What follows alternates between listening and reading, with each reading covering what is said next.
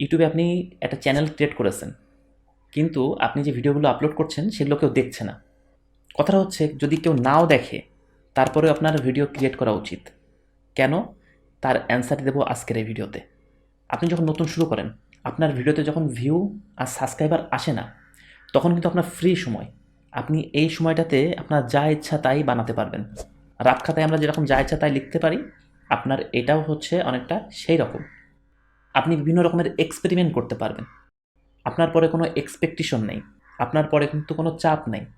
আরেকটা কথা হচ্ছে যে আপনি যদি ভালো ভিডিও বানাতে চান, আপনাকে খারাপ ভিডিও বানানোর মধ্য দিয়ে যেতে হবে।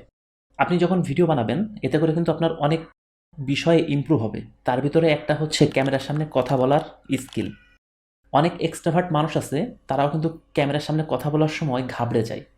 তো আপনি যখন ইউটিউবের জন্য ভিডিও বানাবেন, আস্তে আস্তে কিন্তু আপনি ক্যামেরার সামনে কথা বলার যেই স্কিল, এটা শিখে ফেলবেন। এতে করে আপনার লাইফের বিভিন্ন ক্ষেত্রে কিন্তু এটা কাজে লাগবে। আপনার ভিডিওতে ভিউ না আসলেও আরও বেশ কিছু ইমপ্রুভ আপনার হবে। কীভাবে গুছায়ে কথা বলতে হয় সেটা আপনি শিখতে পারবেন। আপনার পাবলিক স্পিকিং স্কিল বাড়বে, আপনার স্ক্রিপ্ট রাইটিং স্কিল বাড়বে। আপনি যদি এই প্রসিডিউর ভিতরে যেতে থাকেন, তাহলে কি হবে?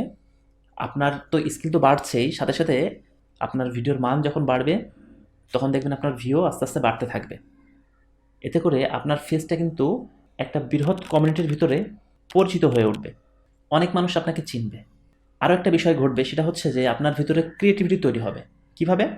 আপনি যদি প্রতিনিয়ত এরকম ভিডিও বানান, তাহলে কী ধরনের ভিডিও বানাতে হবে এই নিয়ে কিন্তু আপনার ভাবতে হবে।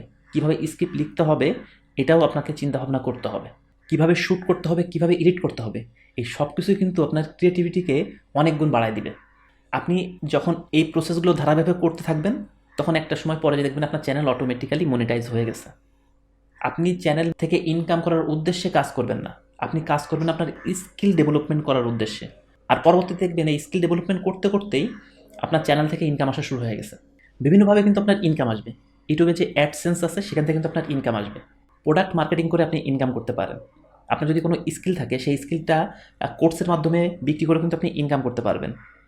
কোনো ব্র্যান্ডের প্রমোশন করেও কিন্তু আপনি ইনকাম করতে পারবেন। আপনি যদি প্রতিনিয়ত ইউটিউবের জন্য ভিডিও ক্রিয়েট করেন, তাহলে আপনি শিখতে পারবেন কীভাবে চিন্তা করতে হয়, কীভাবে কথা বলতে হয়, কোথায় কোথায় আপনার শক্তিমত্তা আছে আর কোথায় কোথায় দুর্বলতা আছে, এইগুলো বুঝতে শেখায়, দুর্বলতা কাটিয়ে উঠতে শেখায়। তাই প্রথম দিকে আপনার ভিডিও ভালো না হোক, আপনার কণ্ঠ সুন্দর না হোক, তারপরে আপনি আপনার নিজেকে এক্সপ্লোর করার জন্য হলেও কন্টেন্ট ক্রিয়েট করেন।